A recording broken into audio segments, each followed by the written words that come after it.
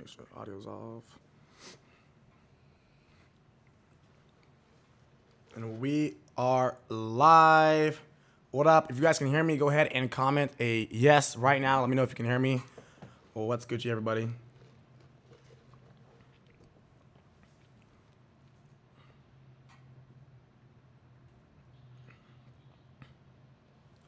Yeah, the comments are delayed.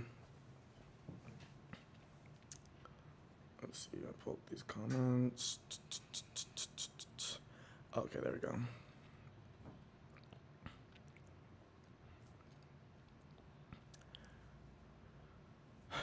All right, what's going on, everybody? So first things first, I see a lot of you guys said you are going to be in Miami, so I want to see it again.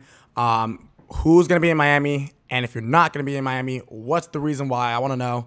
I would love to see all of you guys there. And then also let me know if you were at the LA event. After that, say, I was at the LA event. If you went to the LA event, because I think, number one, the LA event was badass, especially for those of you guys that were in the parking lot. I know Jeff threw it down. We did a lot of networking, a lot of people hanging out, a lot of people talking. I saw a lot of you guys, I saw somebody in the group chat actually right now saying you guys have like 16 people staying in one Airbnb. That's awesome. That's awesome that you guys are getting together, that you guys are meeting up, that you guys are linking up, because that's going to be a fun weekend for sure. Let's see. Cool.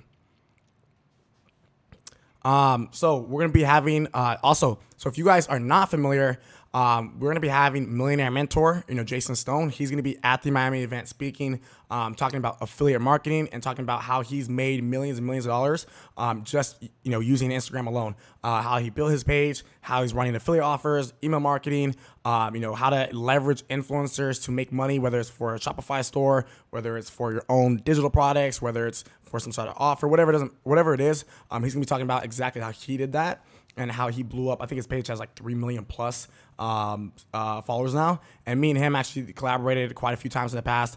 He's been an affiliate for I think 3 of my companies now. And he's pushed a lot of sales. So he definitely knows what he's doing. So he's going to be there speaking. He's one of my good friends. Cool. See a lot of you guys at LA event. Let's see how many people got on right now. Yeah, 40. Man, some of you guys be slacking. This is going to be one of the best live calls. Yeah, we're going to be doing, we're going to be letting you guys call in, right? I'm going to drop the phone number in a little bit, and we're going to let you guys call in, actually, and you guys are going to be able to ask us questions. We're going to give you guys advice. We're going to break down stuff. Obviously not like super technical stuff, like how do I, set this up in my store or something, because we're not going to be doing any screen sharing, but business advice, sales advice, life advice, psychology advice, anything that's just general life advice. We're going to be talking about that in today's live stream. Let's see. I'm trying to read you guys' comments real quick. Cool. Okay, so again, I want to know real quick, get a little general idea of everybody that we have inside here. I know a lot of you guys, I recognize the names. You guys are, people who generally tend to always attend the live feeds. So I want to know right now in the comments where you're from. What time zone are you watching this in, or what state, what country, how old you are, and if you've been on the last few live calls, or if this is your first time tuning in a while. When was the last time you actually attended a live call? Let me see that in the comments. And then also, if you guys have Telegram on your phone near you, go in there, blow everybody up, say, get on this live call. It's about to be fire. They're about to bring the heat. Get on this live call right now. Go ahead and do that right now if you have Telegram opened up on your phone. Okay, cool. We got my boy Nathan Ross in here. What's going on, brother? From Seattle. I know he's killing it with what he's doing online. Brad Henry, Ohio 18. Roman Cresto, San Diego 19. Never missed a call. I like that. Gavin from Italy 21 was on the last one. Nathan Cooper, Cali 22. Isaiah, South Carolina, was on every call 19. Maryland, Harry 23, been on every live call. Brad been on all of them. Oh, cool. We got Alexandre from London, 22 years old. I like that. What time is it in London, man? What time is it right now? Stefano, 19, Miami, never missed a call.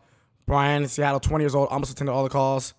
Andrew Zhu, 23 years old, California. This is my first call. So shout out to Andrew Zhu for being on your first call. I want to know, though, is it your first call because you just got started? Or is this your first call because you're like, hey, I decided I'm finally going to actually use my membership now? Let me know. Anthony, Berkeley, California, 29. Been on all calls. Let's go. Alec, age 19 Minnesota. I don't know if I believe some of y'all, man. It looks like everyone here is saying I haven't missed a call. I mean, I gotta believe y'all a little bit since you guys are on this live call. But if you guys really haven't missed a call and you guys have been as 100% committed to this as we have been to getting these calls out for you, I want to give you guys a big shout out, big congrats, and big appreciation, and because I'm grateful that you guys are tuning in, and I hope a lot of you guys are really getting a lot of value out of this as much as we want you to. We got Richard, Jordan, Colin, Tyrus, Jake, Uncle Tito, Clarissa, Jesse, Jacob, Yip. I know he's been on every call. Jake, Andrew, cool. So Andrew says, I just got started. Find out about Jeff with the Sam. Dope. Cool. Been dropshipping on eBay and Amazon. That's what's up. So it looks like a lot of you guys are on here pretty often. I'm going to check the Telegram right now. I hope you guys are blowing it up right now and letting everybody know to get their ass on this call. I'd like to get 50, 60 people on here before we really get this thing rolling.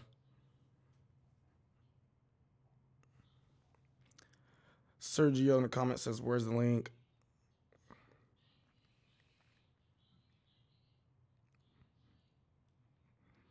If somebody wants to help me let Sergio know how to get to the call.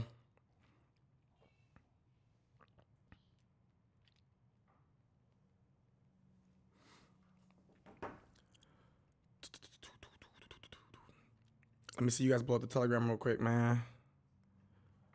Okay. Isaiah says that personality call is fire. Oh, that's another thing I want to ask you guys. Give me your top 2 or 3 calls right now. Comment right now. Give me the top 2 or 3 calls that you guys have been on that you found the most value out of, or that changed your life the most, or that gave you a mindset switch, or that paradigm shift where you're like, hey, like this put me down an entirely different road. Give me a comment real quick. Let me know which calls have been your favorite so far.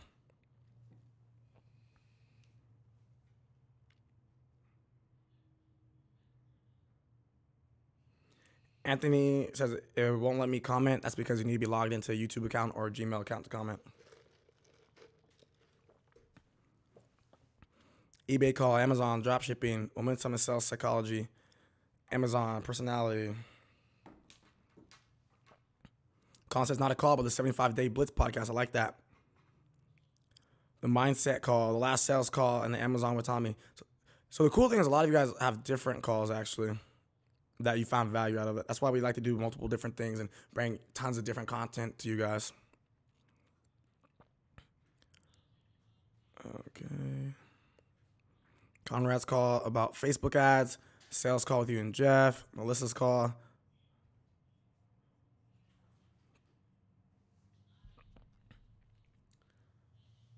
A lot of you guys like the 75-day Blitz podcast. I like that.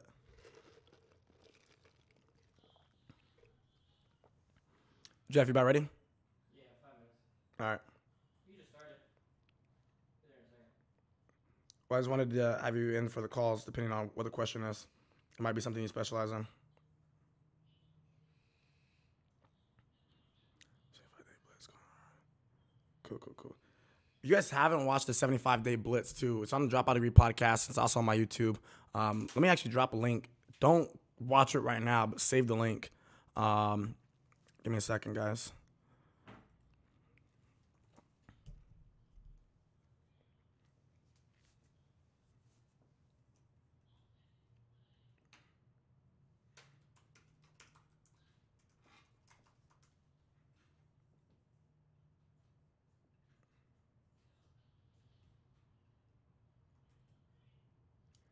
I'm going to drop the link inside the YouTube comments as well as the Telegram right now. Save that link. Go back to it later. Don't go click on it right now. I'll be right back. I'm going to go turn on the AC.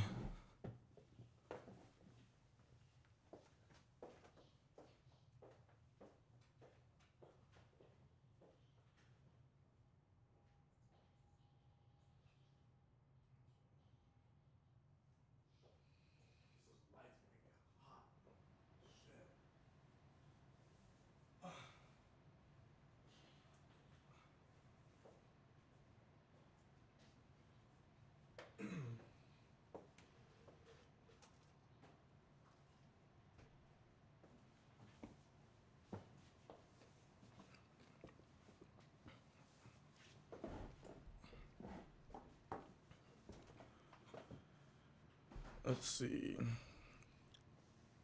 By the way, guys, we're still looking. So Colin says they're looking for one more person to stay with them in a 16-person Airbnb for Miami. By the way, too, guys, if you guys did not join the Telegram, there's a group chat specifically for Miami. So if you go into the Miami event, make sure you're in that group chat. I'll go ahead and blast out that link one more time.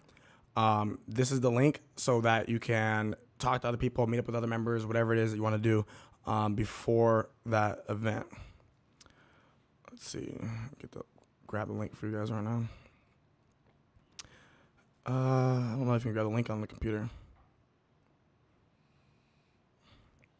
No, I can't. Somebody send the link, please, inside the Telegram or the YouTube because I can't grab it on the computer.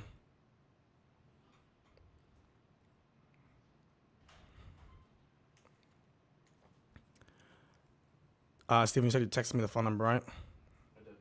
Okay, I'm going to go ahead and blast that out right now. Where did this? There it is. All right, cool. We got 50 people now. Dope. Perfect.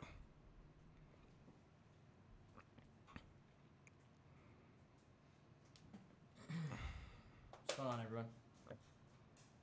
Here's all the comments.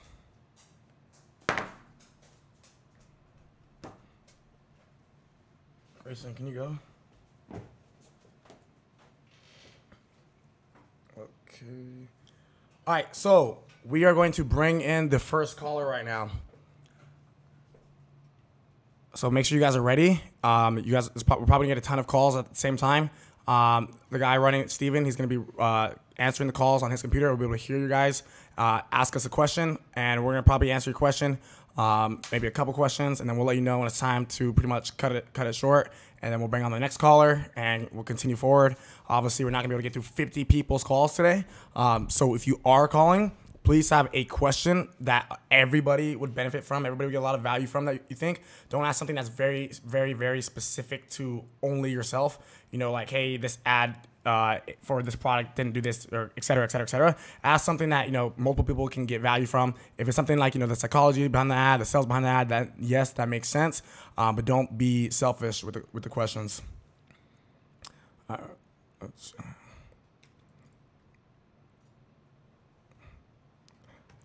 It's not let me comment. That's there. So how does this work, Steven? Is it going to be out loud, the call? Yeah, so you're going to hear it through the speakers, and then I'm piping in the desktop audio so they can hear it good. So Did we test it? once we get someone, we did test it, but once we get someone on, we just got to make sure they hear it good on their end. But it should all work. Cool. All right, so this is the test call, guys. What we want to do is we want to do this call. It's supposed to be sales and psychology, but we had an idea to do this, and I think this is going to bring a lot of value to you guys, and we'll do it probably maybe once a month or once, you know, at least once a month. So if we have 4 calls scheduled that month, then this call will be like a 5th call.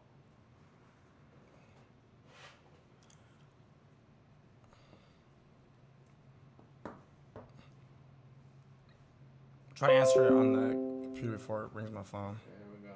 We got a call.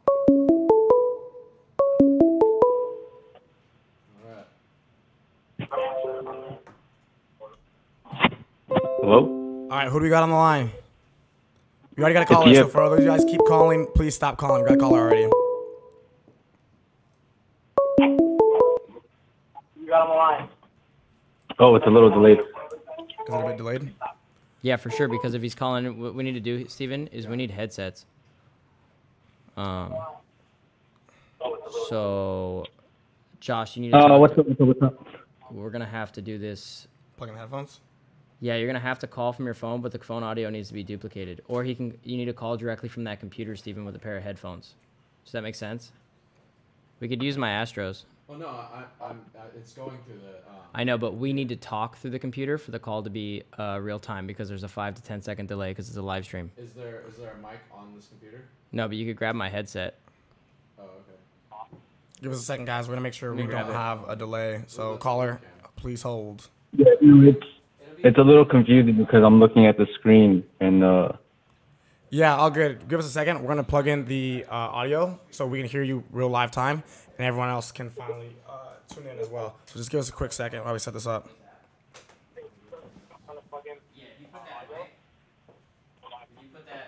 right by our mics, it might be able to pick it up fine. Well, through Google, I'm typing in the No, I'm saying yeah. Oh, so. like I already selected that. That's the default thing. Our audio recorder. Mm-hmm. So what do? So we just need, so it needs to be both. If you pull, if OBS is grabbing the desktop's audio, it shouldn't need the mic recorder. Oh, I see what you're saying. These mics are going to the desktop. Yeah, so there's a delay still, though. For him. Right? There's a delay for you, brother, right? Yeah. Well, that was pretty About decent. 5 or 6 seconds. It must have just been at the beginning. So then what you need to do, whoever's calling in needs to probably mute the live stream. Yeah, that's what it is. Yeah, that's what I did. I muted the live stream, and I'm just talking to you guys through the phone. Oh, no, that sounds solid. Okay. So now everyone in chat, if you guys can hear him clearly, let me know. Steven, mute our live stream. Or is that his phone? No, that's Got it. Hey, you guys might be... Hold on, let me mute it. Cool, they said they could hear him clearly. All right, can you guys still All hear right, me? this works. Dope. Let's get it. Cool, it works. All right, so who do we have on the who's calling us right now? Who are we talking to? It's Yip. Yeah, YIP. shit. What's good, brother? What's going on, man? My question for you guys, and I think a lot of people could probably benefit from this, is what do you feel is the best way to overcome projection anxiety when it comes to sales in terms of both face-to-face and also when you're speaking to potential clients over the phone online, things like that? So this is easy. Especially during sales or product launches or things like that. Generally, you should have an idea based on what you've done in the past with the same amount of effort and the same launch. So, for example, if you do door-to-door, X amount of doors for 3 months in a row and you make $10,000, you have an idea that you could project $10,000 the next month with the same amount of work, right? Yeah. So if you were to do something new, let's say a new tactic, or you were just going to double down, generally what I like to do is I like to project sales based on exactly what I've done with the exact same amount of work, and then I undercut my expectations. So let's say I say with this amount of work, I can make realistically $50,000 to $100,000. Well, let's say I want to make $100,000 with my projections. What I'm going to do is I'm generally going to set my expectations at 50 or 60 so that number one, I don't have that feeling of, oh, I didn't achieve my goal, and I don't start training my subconscious wrong. Because if I know that work is going to at least bring me 50 or 60 if I do everything correctly, I'm going to, number one, feel like I'm safe with my projections, and I know what I can do with the money, right. And I know exactly. And also, if you do more, you get more hyped. So, for me, when I do a $200,000 or $300,000 launch on a product, and I say, okay, realistically, I want to make 300,000. I'm always cool with making 150. And that's because you just never can predict everything. You never can. Everything is variables. Okay. And so I generally, whenever it comes to predicted stuff, I always cut it in half. And I still go for my number I wanted, but I just never expect it. Expectations are the worst thing when you project how much money you're going to make in any time. If you if you really set expectations, it sucks. Right. Do you have a specific example for your business that you would say this question applies to? Not necessarily. I just come from, I do have a network marketing background. And so I was having a little bit of trouble trying to transition from face-to-face over into online sales. And so that's why I kind of wanted to ask that, because what are you selling? Are you I wanted to see what was really the difference between the two. Are you talking selling MLM? I wasn't doing MLM, but if you guys ever walked into Costco and you talk to those television guys, the cable guys, that's what I used to do. It's like a sales rep. So what are you trying to do online? Yeah, sales rep. Yeah, but what are you trying to do online? So what are you selling online? I was thinking about I wanted to start up a coaching program. Uh-huh. And so I wanted to kind of get prepared mentally as far as just getting clients when it comes to, talking to people online and just, if we haven't met face to face. And so just kind of how can we build that relationship? So you just want to pretty much get confident, build the confidence and build the conviction to be able to sell people and have them trust you to buy your product or your service, which ends up being coaching, right? Yeah, Like because you have a background in direct sales in person is what you said, right? correct. And when you did that, how well did you do? No, I don't think he's done it yet. No, you said you did. He used to do like the Costco sign TVs and stuff. Oh yeah, but you can't project offline. No, but I'm saying, but like, how well did you do when you were selling it? Like, how did you go about it? Were you like popping them off? Were you struggling trying to sell? The No, cable? I was popping off. I did really, really well, actually. So I had a lot of fun with it. Why do you think you did so well? Because I just didn't really, as soon as someone would tell me no, I would just go to the next person, and I always knew that my next was going to be my next yes. And so I just kept going to the next and to the next. And so my goal was to always get about 199 no's before I would gain one yes. And so that was kind of my mindset. So it was a numbers game to me. And so I would just continue to just rack through the numbers of people, as I would go throughout the day.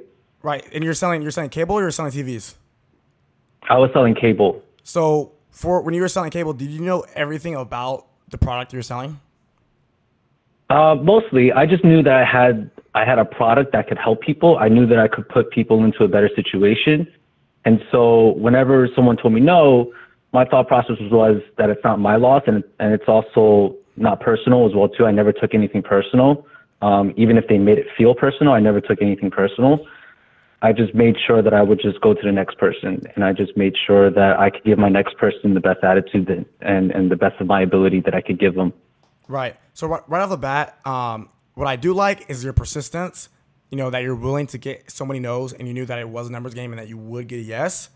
What I don't like though, and which makes sense now when I see this question, overcoming that rejection anxiety, is that you were, I think, giving up too early on most customers, because a lot of times people say no, but they don't know, they don't know what they don't know. So for example, if you have a product, you have a service to benefit somebody, and I think we talked about this previously, it's your kind of obligation, if you really truly believe that your product can help somebody, it's your obligation to convince that person why your product will help them, if you actually believe that it can help them. So for example, when you say, when somebody's like, no, I'm fine, you're like, okay, well, on to the next one. No, I'm fine. Well, on to the next one. You're kind of thinking in a way right now, you're like, hey, I'm looking for the dollar sign. I'm looking for that sale. I'm looking for that next sale. I'm looking for that next sale. That's kind of the way you're operating right now, because you're like, as long as I hit this many numbers, a next sale is eventually going to come. So I just need to talk to more people, which is cool, which is, and again, that does work. But if you truly, truly believe in the product or service that you had, which is that cable, and you know that, whatever cable service you were selling was a better deal than whatever they might currently have, then you should do more, having objections to those no's, finding out why they're saying no, and having a stronger hook to grab their attention, so they're not saying no and slamming the door in your face or walking away before you even have the chance to pitch what you're talking about. So that, for example, you're talking about 1 out of every 200 is your goal. Why not 10, 15, 20, 30, 40, 50 out of 200, right? And if you actually believe in your service, I think that you could increase those conversions. So instead of it being a numbers game where you just need to talk to more people and try to he doesn't do this make anymore. more sales. No, but I'm giving an example how it carries over. So instead of trying to talk to more people and to make more sales, you can just talk to the same amount of people but increase those conversions. So now when it comes to translating that to online, you're selling a coaching service. What are you trying to sell a coaching service for? Like mindset and self-talk. I like helping people when it comes to self-talk and just like mindset overall perspective. Right. So this is almost a double-edged sword. Here's why. If you were to go into this coaching, business online, and your goal is to help people build a mindset, your goal is to help people, build that positive self-talk to, grow as a person, right? With self-development. The problem is people who are not self-developed are not even they're already blanking that out. Like most people who take action, like for example, you guys who are coming in here in the inner circle, you guys who are buying into e-commerce training, trying to learn how to build a business, ATM training, you guys already have a self-developed mindset. You already have some of a winning mindset where your risk aversion of being able to buy a training or go to coaching or go to an event is a lot lower than somebody whose mindset sucks ass, right? So if you were to go in with that same approach that you went for doing the cable thing, and you're just like, all right, I'm just going to, talk to so many people. And whenever somebody says yes, then I'm going to, I just need to get more leads. Somebody will finally say yes. Then, I'll bring them into my coaching program. Is it going to be like a high ticket or low ticket, or what is it? It'll be like mid-ticket. Okay. So, for example, what you need to learn how to do. So there's a few things you need to learn how to do if you want to overcome the rejection anxiety. Number one is obviously you need to 100,000% truly believe in the product that you're selling. right? And that you need to know that you are an expert at what you're doing. So you need to also be 100% honest with yourself and, you know, how much do you actually know about self-development? Because if you just kind of think you know self-development but you don't really think you can really help everybody, but you're going to still try to sell people, deep down, like subconsciously, it's going to give you less confidence when you're talking to somebody. But if, like, for me, I'm like, yo, I know I can fucking change this dude's entire fucking mindset. I can change his whole fucking life. When he tells me, like, nah, man, I'm not interested, I'm going to be like, dude, look at what you're doing. You're obviously not seeing results. You know, X, Y, and Z. Like, you fucking need this. And I'm not telling you because I want to sell you. I'm telling you based off of past experience. I've seen somebody like this go from here. Somebody like this do this. You know, I've seen somebody just like you. I used to be like you, to be honest, you know? And like, if I have that type of conviction when I'm trying to sell somebody, when I'm trying to talk to somebody, and then whatever rejections they have, you have an objection to it, right? You're like, you know, man, I don't really have the money. Well, how are you ever going to get the money if you're not willing to invest into yourself? Or I don't really have the time. Well, how are you ever going to create more time for yourself if you can't even dedicate and invest time into yourself in the first place? How are you ever going to free up time? So you got to get better at, you know, overcoming these objections. You got to have some sort of response instead of just going to the next person. 2, you got to, like, what I like to say is never get to kind of qualify people a little bit better, yeah? What was that? So kind of qualify people a little bit better, just kind of people, in terms of getting their objections out, and so that I can overcome them. Yeah, and because exactly. You want to. So for example, when I first asked you all these questions, I asked, like, when you asked your question, I asked you like 10 questions right off the back. I was like, what were you doing? What were you selling? How were you selling it? You need to ask people questions. Right, you qualified me. Yeah, you need to dig deep into whatever this person's purpose is and the reason they do the things they do. When you know the reason somebody does what they do, you're going to be able to appeal to that reason and make them do something else, right? So that's pretty much it when it really comes down to that. Believe in your service, believe in your product, be an expert at it. Don't ever get stumped, and just have the conviction and, you know, to be able to tell somebody this is what you need to do. Also, when it comes to selling, going to like offline sales to online sales, you have to understand that, like, especially coaching, you're never going to do the numbers you thought you were. So if you're sitting here thinking you're going to do $10,000 a month on a mindset training, it's probably going to be more realistically like 500 to 1,000. Online's a little different. And if you have no experience, it's just always like, it's never going to be as good as you thought it was launching anything online. People think it's like really easy to like make courses and get people to buy them and do training, especially mindset. Mindset's the hardest thing to sell. I mean, look at the inner circle. Like, there's only, like, Josh and I's combined following is like 300,000 people, and the inner circle has 700. And this is more of a mindset course, but I mean, there's everything in it, but you could just look, it just doesn't sell as well as you think it would. You know, between Josh and I, like 50,000 story views, there's 700 people in the inner circle. But then I can do a more attractive, like, make money launch, and I can bring in like 150, 200 people to a $1,000 product very easy. So when it comes to educational stuff, mindset sells less, and especially if you're new online, it sells even less than you think it is. So just realistic expectations will make your launches way better. Okay. Juicy. I like that. All right. Well, good talking to you. Let's get the next caller. Next caller. Likewise. Thanks, guys. Catch you later, bro. Okay, ready for next caller. Ready for next caller. Somebody call in.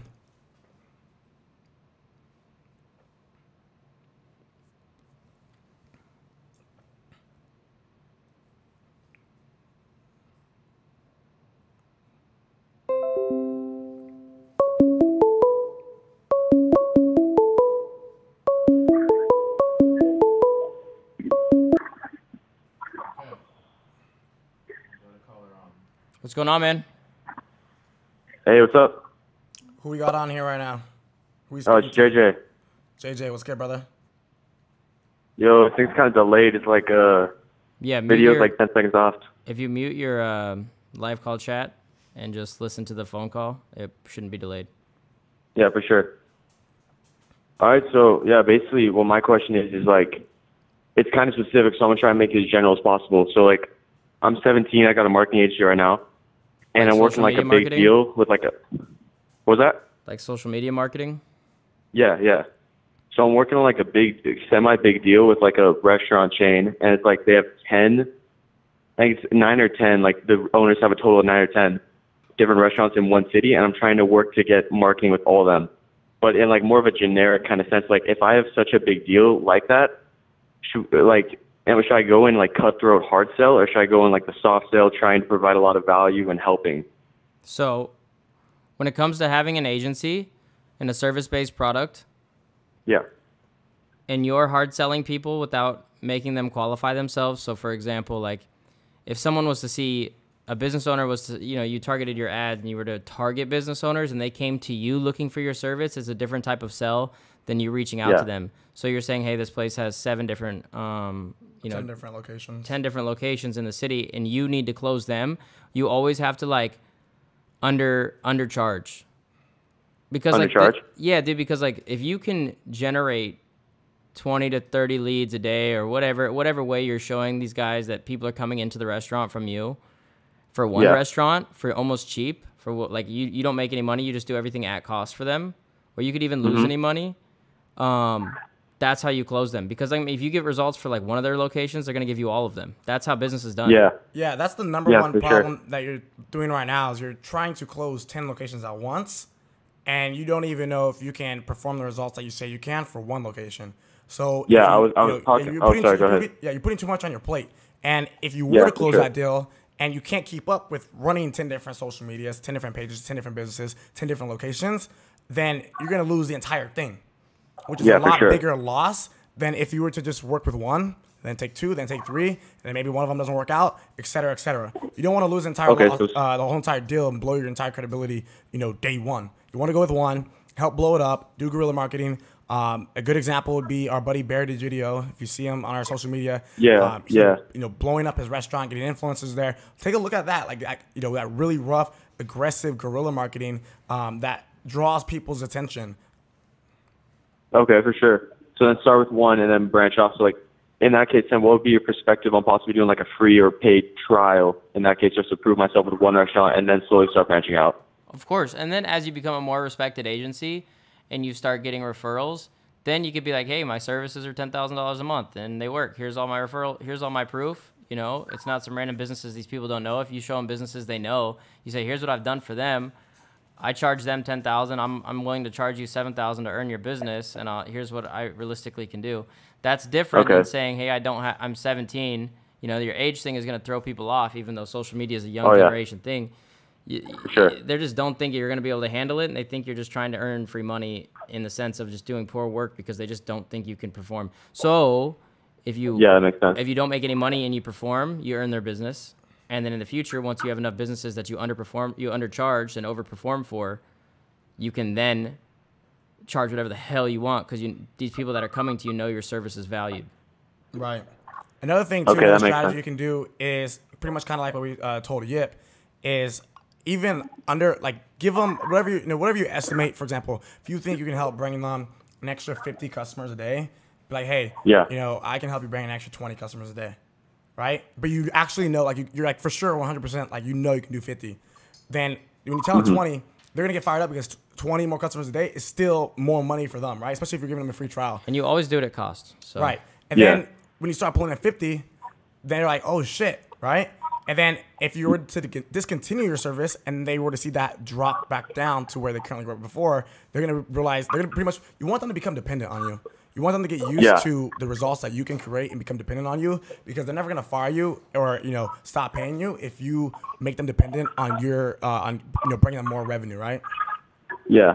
So it's basically just leaving them they basically need you, and they're the ones who want to reach out to you, basically. Yeah. Right. 100%. Okay. All right, JJ. And then wait. Do you mind if I ask one more real quick, or is that if it's such a big deal, it's hard to keep in contact with the people? And how can I follow up without being repetitive? How can I provide value in the follow-ups? Okay, so you're saying you already did the trial, or you're following up with new people you've already hit up? No, so with this deal in particular, I've been messaging the manager, and sometimes she'll go ghost mode on me for a couple, maybe a week or so. Yeah, so I've been doing is recording videos that I can message her saying hey, I hear nothing but crickets over my end, and then say hey, we're just waiting to hear out from you. Following up like that's annoying. I'll do a case study. What's up? Following up like that's annoying. When people follow up on me like that, I end up just never replying. But For sure. maybe I'm a little different. So I would say when it comes to follow up, there's some people that follow up with me for something I want. The difference is if someone follows up with me for something I want and I've just been too lazy to get the deal done, continual follow-ups help. So for example, if I wanted to really sell my house at 100,000, but to actually sell the house to the, let's say the Lovano, Nick Lovano, and he's following up with me, and I'm just like, yo, right now is not the right time. I got so much going on, and he keeps following up. It makes sense because eventually he's gonna close me because he knows I want it. If you don't know this guy wants it, following up like that, you have two outcomes. You're gonna piss a guy off and completely ruin the relationship, or he'll get fed up and finally set a meeting with you. Now, you have to just understand both of those could happen, and you might just lose a potential client. But the thing is you gotta, when you have these, you need to set up face-to-face and convince these people that you need them based on your results. Like, that's what it is. If you don't set up a meeting, like, you should be setting, like, so let's say you set up a meeting, right? You should have an automatic email sequence out that looks like it's hand typed. I saw a couple people do this when I was researching email sequences when it comes to marketing agencies. Is they have a follow-up sequence that's, hey, right when they get off the phone, like 12 hours later, or whenever in the morning the next day, they go, hey, it was great talking to you on the phone yesterday. I wanted to find a time to set a meeting with you and figure out how I can help you, blah, blah, blah. And you start having these follow-up email sequences with them, or even text sequences where you just have a script copy and pasted for after you set up a meeting. But the thing is you're not setting up, if you're not setting up face-to-face meetings or like a Skype meeting where you sell yourself, you're probably gonna struggle to get clients. Like, texting people to get them to give you your business, like, never really works unless you come from a position of power. And then a few other things you can do. Number one, you said you're trying to get in touch with the manager. Sometimes managers are just fucking busy. They're out here trying to run the business. They don't have time to sit down and do that. So try to get in contact when you first go make that initial impression and meet the manager. Go meet everybody else too. Find a second in command. Find a third in command, and get close with them. Build a more personal, genuine relationship with them, because these people, they're not necessarily the ones who are going to be paying you. But if you build a more personal relationship with them, and then the more of a business relationship with the actual manager, then when you hit these guys up, second in command, hey man, by the way, can you reach out to the manager? I wanted to talk to him real quick and follow up on it, etc. If you built a good relationship with this person, right, then they're gonna be, oh yeah, man, I got you. The second thing you can do is, instead of just trying to just follow up and set shit up after, set a follow-up time the first time you talk to them. So if you went into the store already and you're like, hey, these are my services, blah, blah, blah, and they're like, okay, I'm interested, let's connect. Well, hey, what would be a good day for you to connect on? I want to make sure I, fit this in my schedule right now because I'm very busy, and, I just want to make sure that we do this and get it done ahead of time. So what's a good day that works for you? And they're like, well, I'm not sure. Well, what's a general time day? Give me a general, few days or something like that. Or what day do you want me to follow up with you on? Let me schedule a call with you. And then on that day when I schedule the call with you, we'll figure out another day to meet up. So that way you're not annoying them after. You're setting it already up. So the second you're done meeting them, you're already good to go for the next meeting. Sounds good. All right, okay. JJ, thanks. All right. Thank you, guys. Appreciate it. Yeah, next caller. I also wanted to answer this question, Elias, that said, what do you mean by realistic expectations? Aren't we supposed to work hard, dream huge, and expect huge things from ourselves when we put in the work? Yeah. Here's the deal, though, dude. Realistically, if you've only made $5,000 ever in 1 month, you can't say, I'm going to get an Aventador in 3 months. It's like, I'm going to buy a $500,000 Lambo in 3 months. It's just not realistic. You can answer it, Steven, but just tell him to hold on for a second. It's just not realistic for you to achieve massive things without a buildup. So you can have massive goals. It's not like I don't have a goal to be like worth 100, 200, 300, 400 million. It's not going to happen tomorrow.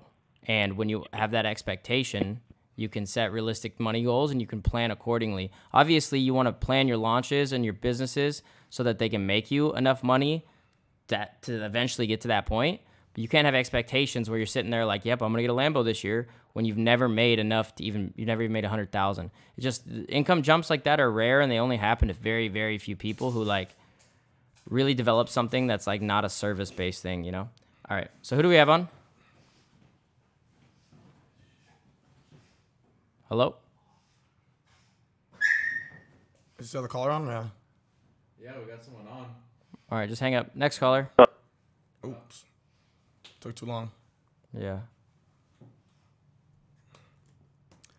Someone call in.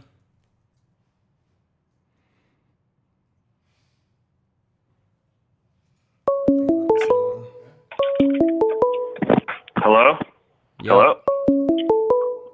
Yo, Hello? mute your live feed. Okay, awesome. Hello? Hold on a second. People keep calling? Yo, all the other callers, stop calling. Yeah. Yeah, hello, decline. this is Andrew. What's up, Andrew? Hey, dude. So, I guess my question like sort of applies to drop shipping. Hold on one but- second, Andrew. 1 second. People Oh, keep sure. calling. Can you mute the ringer, Steven? That's what I'm trying to figure out. What is it? Okay, it's off now. Okay. What's up, Andrew? Okay, awesome. So, I guess my question is sort of like, it's more like, I guess, from the context of doing drop shipping, but I guess like just for business in general. What are your sort of like guidelines or like mindset regarding when to double down and like when to bail, right? Like, for example, sometimes like shit will seem to work out and you're like, okay, I'll do this. And then all of a sudden, like, it'll just totally like tank or like completely fail. And then you don't really know if like maybe that was just some fluke or if, which one was the fluke, like So the you success give or the me failure. more specifics, because like this question I could answer generally, but I don't think it's gonna help you. So give me specifics. Oh, I Like, see. what failed for you? Okay, like, I mean, I was just sort of like following, for example, I was being consistent with listing and doing like eBay drop shipping. And then my sales were like growing like pretty well. I was almost doing like 20K in sales a month. And then all of a sudden they dropped to like almost nothing in the last like few weeks. And I mean, I know eBay changed something, right? But then I don't know if like I should continue doing what I have been before or if I should just like completely change it, like so forth. Okay, so when businesses do this, and this is always going to happen to you guys. So I want you to understand that no business is going to start and it's going to just kill it all the time, all the time. Life's not like that. If you guys notice, your happiness goes up and down, your depression goes up and down, your motivation goes up and down, business's income will go up and down. So for you, if you're saying you were killing it on eBay, the one thing I'll say, like universal, that I found that people that kill it and then stop killing it, and this has happened with coaches before of the eBay program. You know Stephen B, if you know him, and it's the same thing. What happened is the income went up. They're doing $30,000, $40,000, $50,000 a month on eBay, and what happens is they get comfortable with their current activities of the day. So if they're doing $50,000 in sales a month with an hour and a half of work, and things start slacking, and they keep doing that hour and a half of work, it's not going to make up for that. It'll never stop that decline. And what happens is if you keep doing the same effort and the same things, it'll just keep going down because that's what that current level of work is producing, if that makes sense. So when you have an income that goes from $20,000 in sales to like $2,000 in sales, you need to switch it into reverse, and you can't like freak out or anything. You have to say, okay, why are these items not selling? Let me check all the competition for all of the items that sold last month that didn't sell this month. Let me figure out what's selling on other people's stores. Let me do this. Let me do that. That's the direction you need to take while still doing the same actions that you did to get to that 20,000, to maintain that 20,000. So now when a business starts tanking like that, you really have to do a lot of analysis on your, especially when, this is more specifically drop shipping. You have to do a lot of analysis on your products and a lot of analysis on your competition selling those same products or competition that are selling different products that are still selling while your store is not. And then on top of it, those daily actions where you're fulfilling orders, you're putting up your couple listings. And it's just one of those things. Now, what I will say is it's almost always, for some reason, a mindset thing. So you grew your store to $20,000 a month, which means you grew to be the person that ran a $20,000 a month business. Now, generally, when a store stops growing, I find that the person also kind of stopped growing and stopped changing methods and stopped leveling up and stopped being as hungry. And it might not be for you, but I found generally that if your stores are slowing down, that you're slowing down. And that's almost with any business. Like if I notice, let me give you guys the most real example. If I notice the Inner Circle member number dropping a lot, it's probably can't just keep doing calls, right? And just keep doing the same amount we were doing when it was like started dropping to get it back up to that number. You have to go in overdrive. And now when it comes to giving up a failing business, that's an interesting conversation because like I've given up failing businesses before. I've known when to sell businesses. I've known when to entirely give up, and I've known when to double down and repair. Right. And I will say that there's no easy way to know that. It's something I've always known by like literally momentum. When something is at like rock bottom momentum, which means like I couldn't even like, it would take me way more effort to do that to make $5,000 a month than to switch business models entirely that I know I could kill. I rather do with something I could launch momentum with and not have to rebuild slowly. And that's just kind of my mindset when it comes to it. If you have nothing else right now and you're working a job or something, it's always better to just try to rebuild momentum. If you go back to that first live call, it sounds hocus pocusy. Like, sounds like, you know, hippie stuff when I say momentum either grows or kills a business. Because if you don't have momentum, everything is just so much harder. Like everything. When you have momentum, you're hyped, everything's going smooth, and the only way to keep momentum is to keep that same hunger you had from the day you started that momentum. So if you're not like motivated about eBay and you're kind of overdoing listings and you're over finding items for eBay and you haven't really, you know, leveled up or found good VAs or done anything and you're just kind of mentally over it, but you're doing it to make money, your business will reflect. Always. So if you slow down, the business always slows down. That's kind of it. Anything Josh has to say? Yeah, I mean, I actually talked about it in the podcast that I filmed a bit yesterday. I kind of zoned out a little bit at first when you asked the question, but based off the answer that you gave, it really just comes down to being, you know, obviously consistent with what you're doing with your business, but having that tenacity and the ability to quickly adapt, right? I always tell people you need to be consistent and you need to adapt, but they need to go hand in hand. You can't be consistent every single day and then think just because you're doing that you're going to keep creating results and keep growing if you're not adapting. A great example, you look back to fidget spinners or hoverboards when those were products were absolutely crushing it and killing it, and people were making a killing off of it, right?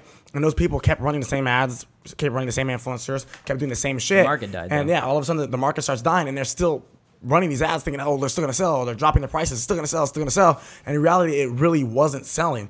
And instead of adapting and changing, you know, products or rebuilding their store or, you know, finding a different way to advertise. eBay's a little different, but I see what you're saying. I'm saying, I'm just giving an example. I'm saying, but they kept doing the same type of things.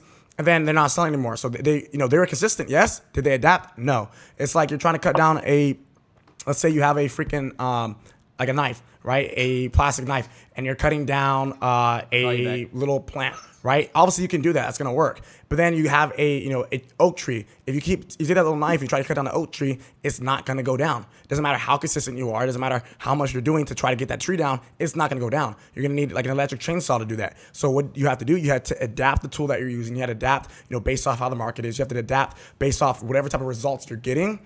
And then that's it. So be consistent, adapt, and you put those two hand in hand, and you're gonna be able to obviously see a lot more growth. And you gotta be willing to do that extra work too. You gotta be willing to put in a little bit more hours to compensate for whatever part is lacking in your business, or create more sources of leverage.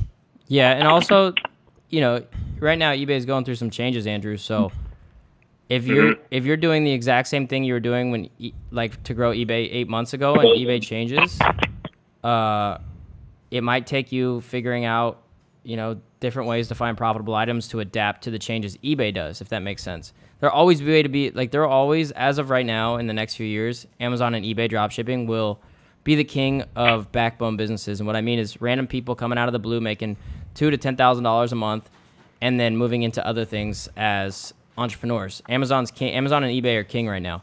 But you still have to be able to adapt. So, it just depends on, if you're doing the same things that you did 6 months ago that worked 6 months ago and they're not working now and your store is dying, number one, you just got to look at every area of the store. And also, the cool thing, Andrew, is you're in DSM, right? Yeah. Okay, so the thing is what you should have been doing is reaching out to the people that still are killing it on eBay from the group. If your store dropped out of nowhere, you should reach out to one of the coaches and be like, hey, Chris, can I throw you $150 to examine my store, or $200 to examine my store and figure out the small things, give him access to your account and stuff like that. Always reach out for help when you know other people are doing that. I've had times where my income dropped when it comes to e-commerce from $100,000, $200,000 a month in sales between my stores to $20,000, $30,000. And as you know, when you're already making money on e-commerce and it's killing it, it's so depressing to see it just drop, and you're still putting in the effort into the business. And so there's been a few times where I reached out to buddies doing drop shipping. They're like, well, here's what I'm doing now, and here's how I'm finding my profitable items now. I found that they've been able to re-jump my business. And so the methods are always changing, all of that. So you just have to stay up to date. So, all right, Andrew, good luck, buddy. Yeah, thank you. That makes sense. Yeah, I mean, I definitely hadn't reached out, I think, to enough people. Although there were a lot of people in the group that were saying, like, just all of a sudden, like, earlier this month, like, I think it was, like, a lot of the people in the advanced group just said So they tanked here's what really hard. here's what I'll say about that, Andrew. Though, is I've been getting that same message though for 4 months now. Oh, wow. Yeah, so people are like, oh, this month, like 5 people will come out and be like, oh, my store's dropped this month, like 5 people. And then the next month, oh, my store, for like 5 or 6 people, my store's dropped in sales. There's something going on with eBay. The next month, 5 or 6 people. And the people that first had the issue adapted and like started fixing some of the issues. So when that stuff is happening, it's just like, it's usually like, it's not just like some like all or nothing thing. Cause like while everyone was bitching during the last 5 months, like the couple people that started bitching, what happened is Chris's store never dropped. Andrew's store never dropped. Nick Fitz's store never dropped. And they were always adapting, always networking with each other, figuring out new methods, doing this, doing that. And, you know, I look at that and I look at all the other people I know killing it on eBay and I'm like, well, if your guys' stores drop, there's just only one variable and that's you guys. Right. So not being rude, I'm just saying, you know, maybe it's time to change it up. Readjust. All right, let's get next caller, please. Makes sense. Thank you. See you, Andrew. Talk to you soon, bro. See you, man. Thank you.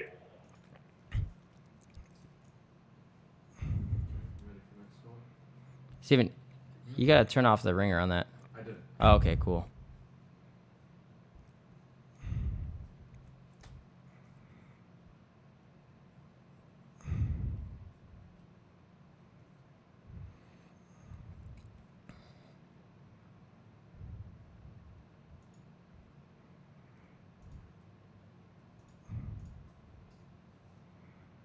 So cut it right there.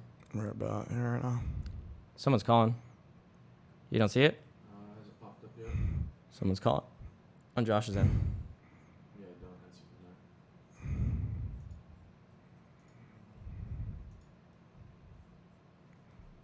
So what do you guys think? What do you guys like? You want me to keep this series? I want to... It's got to start breathing like. And I'm actually a really heavy breather for some reason. I never learned to properly breathe. So what do you guys think? What do you guys like about... You guys like how we're doing this? I think it's a good way to spend an hour of everyone's time. Sometimes hearing about other people's problems makes you less unmotivated about yours. And that's some good stuff. You know, for 600, 500 Inner Circle members, I just don't understand why people don't jump on. I understand if you have schedules and stuff, but like... Okay, it's ringing, Steven. Are you seeing it on your end? I think when you turn the ringer off, you actually turn ringing off. Yeah. Okay, I just turned it back on, so. Give us a second, guys. I'm going to take 2 more callers, guys. Seeing it or no? Okay, here it comes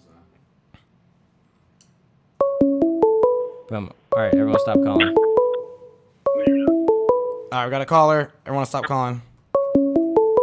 Yep. Hey, Steven, you need to just find a service that like puts a wait list or something. Yeah. Josh, you? Yes, sir. I hear you. Who are we speaking with? It's Drip. I think the live call, it's like CG. Say that one On more time. IG, it's Drip. Hold on 1 second, bro. It's kind of hard to hear at the ringing. Give us a second, People brother. keep calling, so Hmm? Give us 1 second. there we go. We're Okay. good. All right, what was your name, brother? It's Drip on Instagram. Edgar. It's Drip. Like ITZ, yeah, ITZ DRIP. What's your real name, brother? Edgar. Christian. Oh, Christian. Oh. Got it. Where the Yeah. hell did I get Edgar Um, from? So I do drop shipping. I've been doing Shopify recently for a while. I've made a couple hundred off of that, but the other thing I really do that I've been doing for a while is social media marketing. And my friend, a friend of mine, his father like runs kind of a campaign, or not a campaign, an agency. They do analytics. It's called like Aerofly Analytics. So we were kind of going back and forth because he has a lot of good connections with a lot of people in Silicon Valley. Wait, real quick. What but they type don't know of shit. analytics? Say that one more time. What type of analytics? It's called Aerofly Analytics. He basically runs like a marketing agency for them, but it doesn't do with social media marketing, which is what like I specialize in, and my friend specializes more in brand development. So I was like, we were talking to him because me and my friend, we were kind of creating our own digital marketing agency. We were like took a step back from rebranding. I've been working with a lot of politicians recently in Florida, like Andrew Gillum, Philip Levine, Andrew Jenkins, some other people like that. But we were wondering, and I was trying to discuss if it would be more beneficial for us to just create our own digital marketing company or just join into his father's agency. Dude, all So I was about like, the I think numbers. everything will be better. It's all about the numbers, dude. For example, like if I was to get an offer promoting someone's, like, let me put this into like our perspective. Let's say I can make, and these are not actual numbers. Let's say I can make $10,000 a month selling e-commerce training. And then a company comes to me and says, hey, we want you to sell our e-commerce training and be the face of our e-commerce training. I'll pay you $25,000 a month. That's obviously just a better deal money-wise, unless I have plans to scale up my current thing to way past that. And it depends on the contract. If they need me to do it for 3 months and I can come up with like systems in the back end to beat that income, then that makes sense. If you're going to make the same income, it doesn't make sense to share money. That's why I tell people all the time. I'm saying, dude, less partners is better in businesses. And a lot of people think they need partners when they don't at all. Like Josh and I have our separate businesses, and then we partner on the Inner Circle and some other businesses. And just, you know, as you add partners and things, like the amount of money you can make just depreciates. Like, I'm not saying partners are bad. You have to find people in a team. Like you got to split, of course, you know. What you also have to take into account, too, is your equity and what you're going to walk away with, for example, if the business sells, as well as the volume that's, you know, being brought in currently. So, for example, if his dad's agency is like, hey, dude, I'll give you 50%, but we're already making $100,000 a month. Or you're like, I can have 100% of my own digital marketing agency, but I'm starting from scratch. Why don't you do, and for this exact question, why don't you just do both? Obviously, he's saying he'll partner with you if that's the plan. If he partners with you and you can make money with him, just be affiliated with him.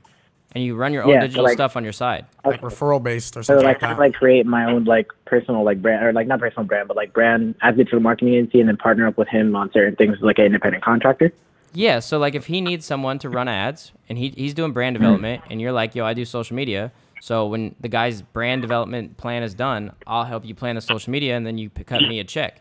But then on the side, I know most of your business should be you doing yourself. Like it's just basic affiliate structure. Like I'll give you an example. Me and Jeff, we have our personal brand consulting agency. We work with people, not even just personal brands, but we work with brands, help them scale their business. We help them do their marketing. For example, Tommy Rodriguez, you guys saw him on the Amazon call.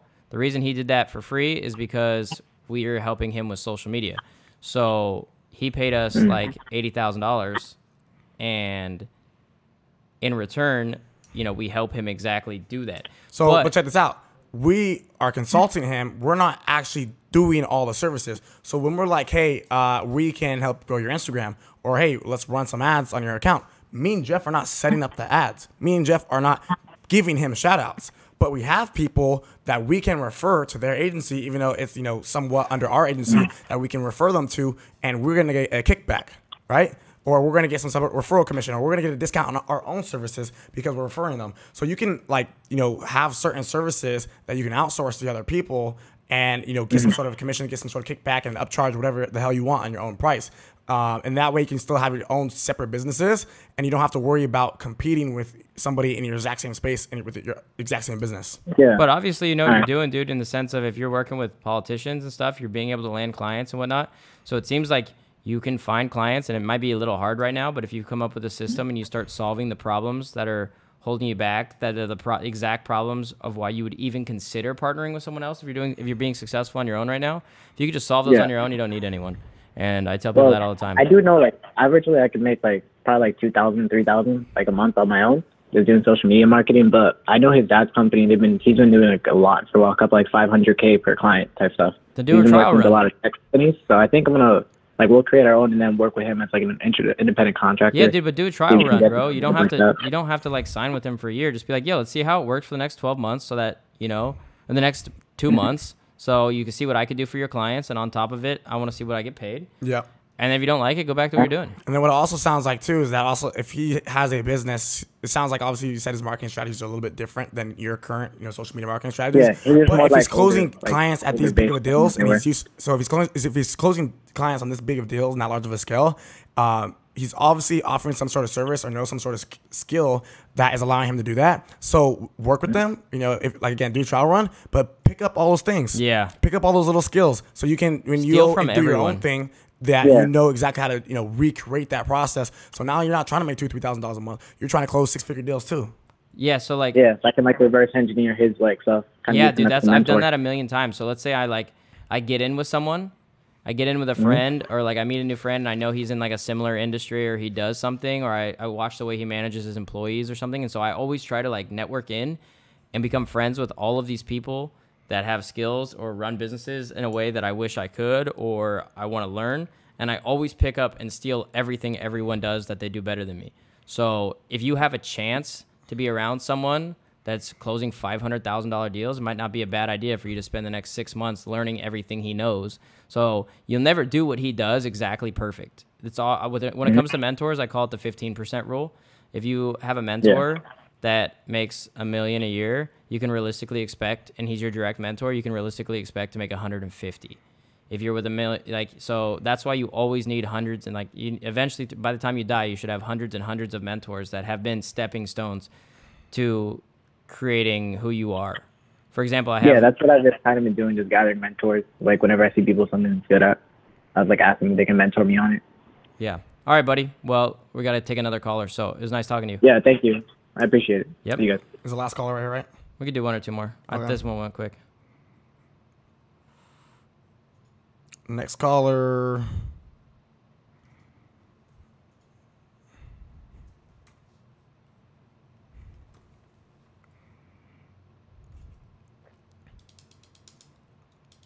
How many mentors do I have? I have hundreds, dude. I can't even count. And they're all different. Some are like direct mentors. Some I see all the time, and some I see once in a blue moon. So like, it's never like one guy I call for every problem. It's like, hey, dude, if I need a mentor when it comes to Instagram, or I need a mentor when it comes to relationship advice, I need a mentor when it comes to business advice or managing employees, all of those get different calls to different mentors. I'm not going to call, for example, Josh and be like, how do I propose to this chick? This is just a direct way you guys can see this because he's never done it. So he's not the mentor for that, but he is a mentor when it comes to growing, like being a personal brand and building a, e-commerce business and whatnot. So you should have all types of mentors in all areas of your life. Your parents might be shitty money mentors, but they might be great and been married for 50 years. That's just like, it's just something you guys have to visualize. Yeah, you don't have to find somebody that makes more money than you to be a mentor. You can have a fitness mentor. You can have, like you said, relationship mentors. Like, they don't need to be more successful than you all around. You don't need to idolize their lifestyle. You just need to find one trait that you like about them that you wish to duplicate into your life, right? And that's your mentor for that specific trait. Someone says, what brand are these tees? Honestly, dude, they're all different. Some are Zara. Let's get another caller. 21. Yeah, let's get another caller. Oh, yeah. What's going on? You guys calling or what? Don't be scared. If we had like 100 people live, the phone would be ringing off the hook, but...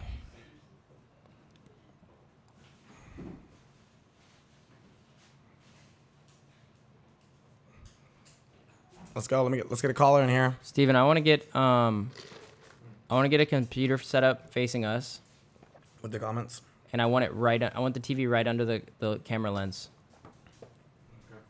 From now on. I also want to get an iPad Pro. Can you just note those? Yeah. New one just came out. I know, that's why. Because then we can hook it up to the live stream. We can hook it up to the inner circle. So it's cool. So I'm going to buy an iPad Pro, guys. And what I'll be able to do is I'll be able to draw on it, and you guys will be able to like see the screen. So it's cool.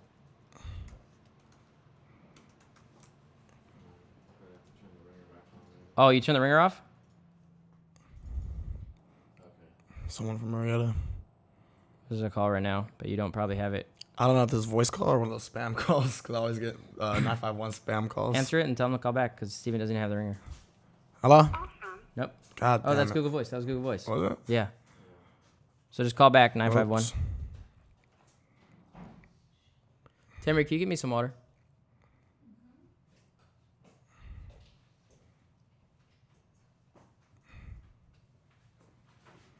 What the?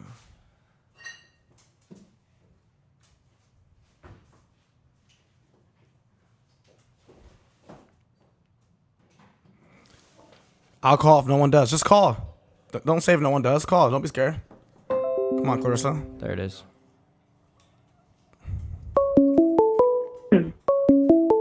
I'll call if no one does. Just call. Mute your live feed. Thanks. God, ringing. Mute your live feed. Oh, sure. Hey, hello? Hello? Hello? Who's this? Hey, this is Clarissa. Hey, how's it going? What's up? What's Stevie, you need to up? find Well, a call shit. Hey, hold how's it system. going, guys? Awesome. Been watching you guys for a long time. Cool. Where you coming from? Riverside, California. Riverside. What's up? It's not too Yeah, far hey, from we're my hometown. practically neighbors. Yeah, right. That's like really right down the street. So let me ask you a quick question. Somebody just said lady boss on the call. You are the first lady to call in today. What have you been doing? What business have you been focusing on? Or are you what do you want to do if you haven't got started yet? Right now I'm doing drop shipping, Amazon and like eBay. I work with a LGBT CBD company. We promote and promote CBDs all throughout the state of US, as well as we're distributing in Europe too. I am their direct social media manager and marketer, so I do all of their sales in in US and all of Europe. But I'm trying to do something similar to what you guys are doing, on my own. You know, get profitable companies that are already selling, but sell it to myself so I can get a cut. But my question is to you guys is, how do you guys set up your routine? Because that's one of the difficulties for me, is just keeping a really steady routine. I feel like time for me is a little harder. Okay, so something I even struggle with, and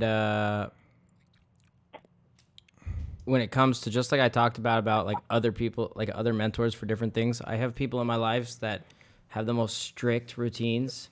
They wake up at a perfect time for work. They do all these different things. I don't do that. So, but here's the difference is if I had an office with a bunch of employees, I'd be on a much stricter routine, and that's where we're headed now. Once we get this the dropout degree office, we start pounding out podcasts. We need a marketing team. We need all of that. My schedule definitely gets stricter, but right now it really depends on your goals for your routine. I'm not going to tell you guys that it's really necessary for you to make your bed every day. You know, it's not, but it depends on your goals. So if you want to get in shape and you're out of shape, it's imperative that you set a undeniable, uncancelable daily action. So if you want to get in shape, you can't work out. From my experience, it's hard to work out 5 days a week and take 2 days off.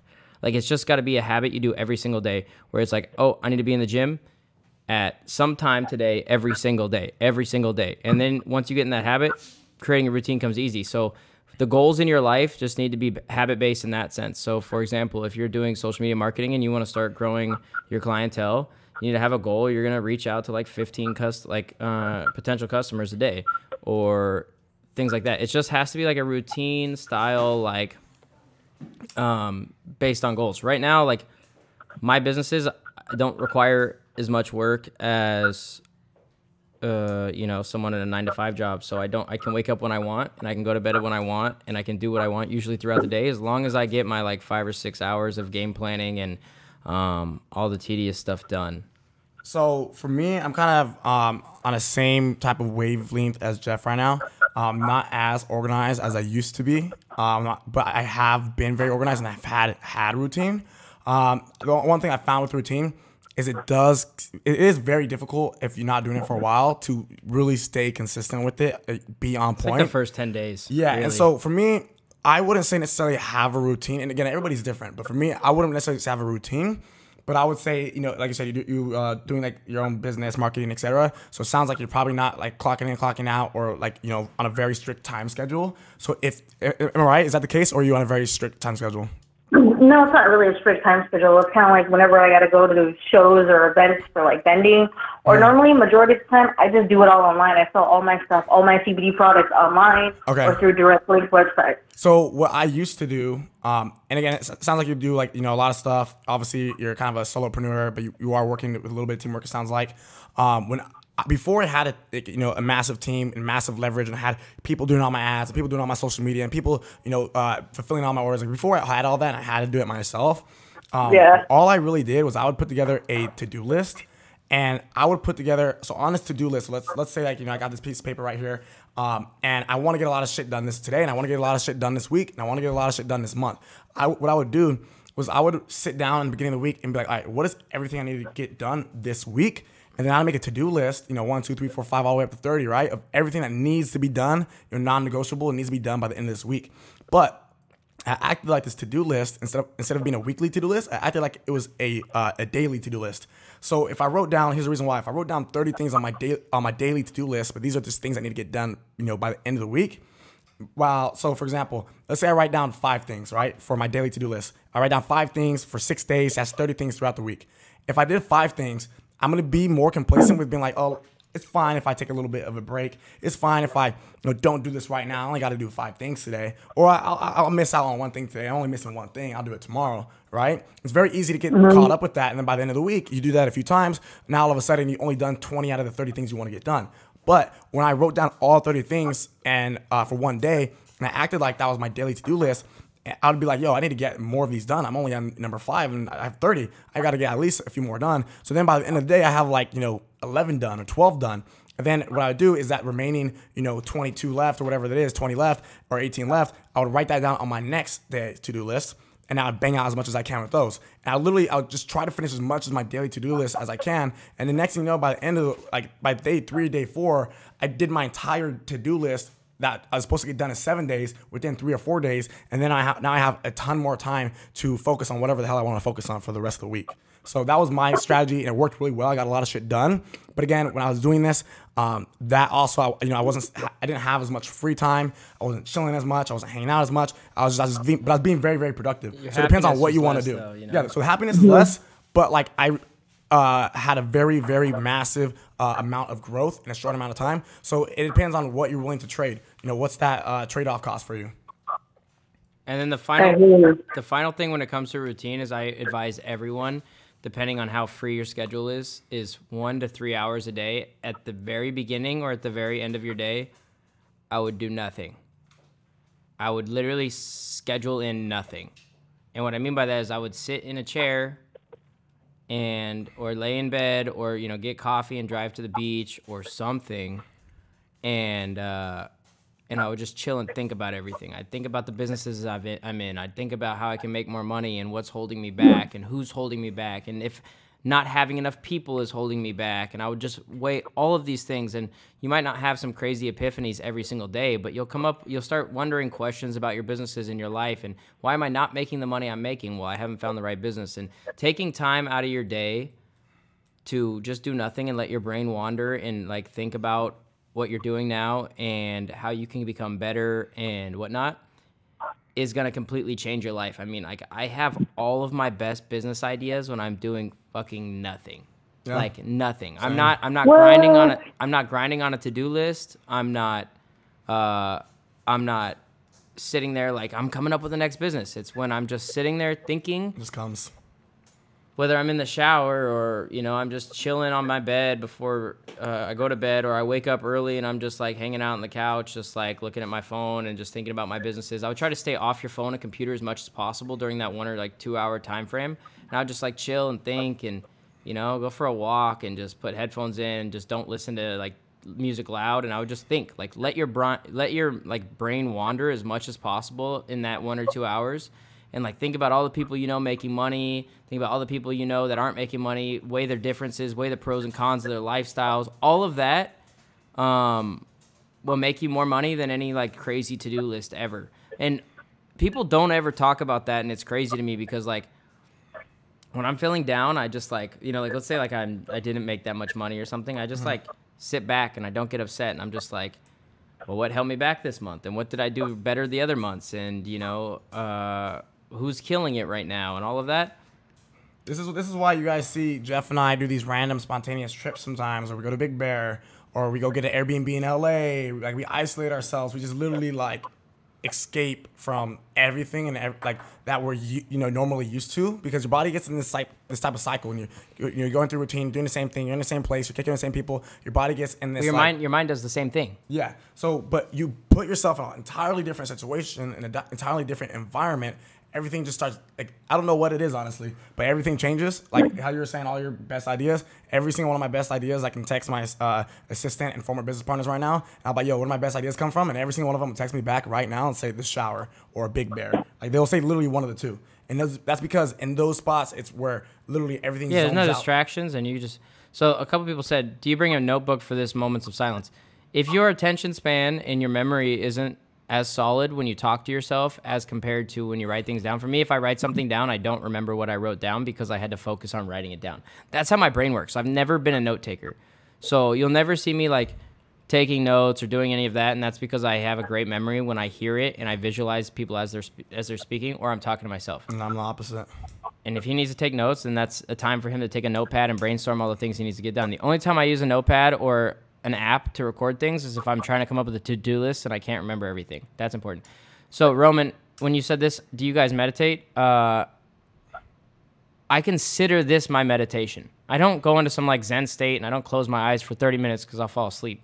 But it's meditation / reflection. I just take a lot of time to reflect all the time, and I think that's why I've continually leveled up since I was 18, is because I've just always been reflecting on like what's working and what's not, and who's in my life that's working and helping me get towards places, and what businesses are working, and I'm analyzing the market during this time. I'm thinking about other people that I don't even know that are killing it. So you guys should reflect on how we are on social media and what you guys can see us doing. Maybe I wouldn't call it a meditation time. It's more of a reflection time. So Carissa, thanks for calling in. We're going to take one more caller, and then we're going to close up tonight. Appreciate you guys taking my call. Thank you. Yep, no worries. Also, Brian, I don't recommend, I've never come up with any of my good business ideas. I've never come up with any of my good business ideas. High. Smoke a doink. Yeah, like high is when I don't want to think. So I guess some people might be different. Big doinks. Business ideas. I've never. Whoever's called in, I'm waiting for the other calls to stop and then mute your live feed. Hello? Hey, what's going on? Yeah, the live is kind of lagged. Mute your live feed. Steven, can you stop these guys from calling? Hello? Can you hear me? Alright, it's good now. Okay, what's going on? What's up, guys? I'm from Miami. My name is Elias. I'll see you guys in a week. What's up, Elias?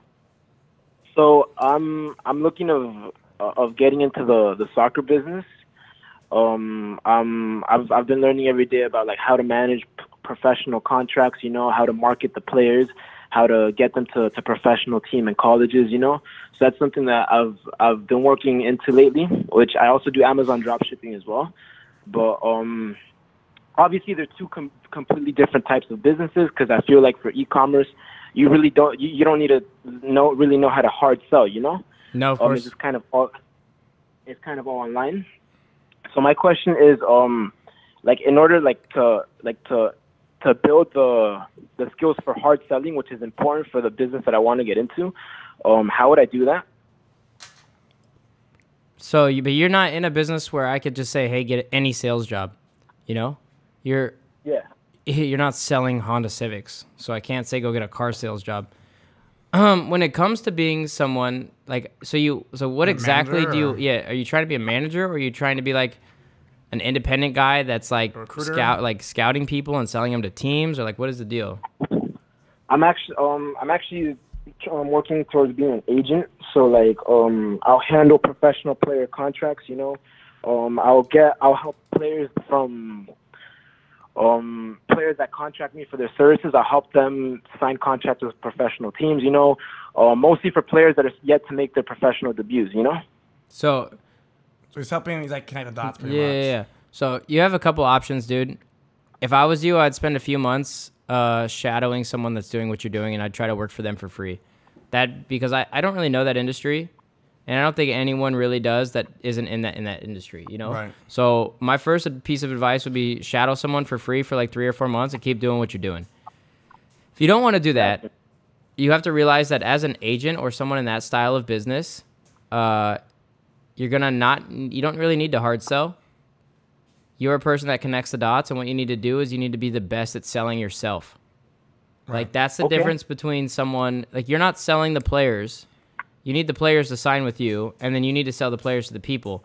Now, how you do that is you sell yourself in the sense of anytime you say a player's legit or, you know, good, you can, like people in the industry need to trust your word. Now, being an agent is like, in any movie industry or the soccer industry or any sport industry, it's all about, like, who you know and whatnot. It's not about, like, you really needing to sell this player. Right. Because what'll happen is, like, let's say you get a bunch of players.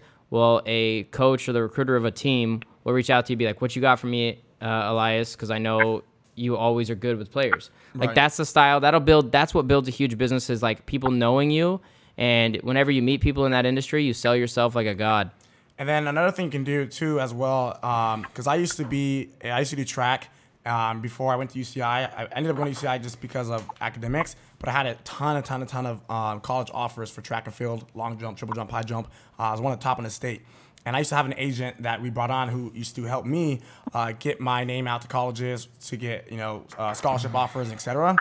So when I think back to that and how he helped me do that, and if I think about how he could have probably improved, his offers and, the exposure that I would have got as a player, one of the things I would say is, build a team or outsource or whatever you got to do. But for example, if there's a soccer player and he's absolutely killing it, but let's say his highlight videos are ass, find somebody who can make him some badass highlight videos that attract a lot of attention, right? And then it's your job to get that exposure out to whoever you need to get it out to. So, you want to attract attention. You want to make the players look good. And you want to, have these players that look good. You want to show whoever coaches or recruiters or scouts or whatever you want to do. So all you got to do, it's your job to make the player look good. So obviously you can find a talent, but just because you find a talent doesn't mean you're going to be able to find somebody that's interested in them. So again, it just comes down to like any other business. It's marketing. Your job as an agent is to connect the dots by marketing, again, by selling yourself. And it's selling that, not selling the player, but selling, whatever you're putting together for that player. That's what needs to sell. Whether it's content production, whether it's building them a badass personal brand website, whether it's, these highlight videos, whether it's, helping them with their social media and making it look badass, helping them grow it, making them look like an iconic figure that has some sort of influence that might be more appealing to a coach, a scout, or recruiter, or whatever it is. But again, your job is just to make that player look good, and that's going to reflect on you. So how good you are as an agent, if players want to work with you, or if coaches are going to come to you first, is depending on your ability to be able to make these players look good. Of course, yeah. But with that said, we got to wrap it up right now. We've been on here. We did, I think, an extra 30, 40 minutes than we plan on doing. So thanks for hopping on, Elias. We're going to see you in Miami thanks, Josh, November 10th and 11th. And then, so we'll see you soon, Elias. Yeah, definitely. If you guys need help with setting up or anything down here in Miami, I'll be more than happy to help. Oh, yeah, we'll let everybody know in the group chat. And then for those guys watching this right now, again, we have less than 2 weeks, if that, not even if that, for the Miami event. So you haven't got your ticket yet. Ticket sales are pretty much going to be ending pretty quickly. Get your ticket for the Miami event. It's literally $150. That's literally nothing compared to some of the numbers that a lot of you guys have showed us that you made from being inside the inner circle. Be at this event, network with the other members, network with us. Like I said, we have Jason Stone, millionaire mentor, coming, one of the top influencer entrepreneurs on Instagram, on social media, and as well as a ton of other speakers. We're talking about, again, e-commerce, real estate, drop shipping, branding, affiliate marketing. Me and Jeff are going to go more on personal branding because we didn't get to touch up on that too much at the last event. We're going to be going into a lot of different things, and we're going to be doing a lot of fun activities and networking and a ton of different stuff. We're going to have the space for a lot longer. So you need to be there in Miami right now. I'm telling you right now. For me, like, as I look at all you guys on this call, in my eyes, it's more for me, how many people we got live right now? We have exactly 50 people watching this.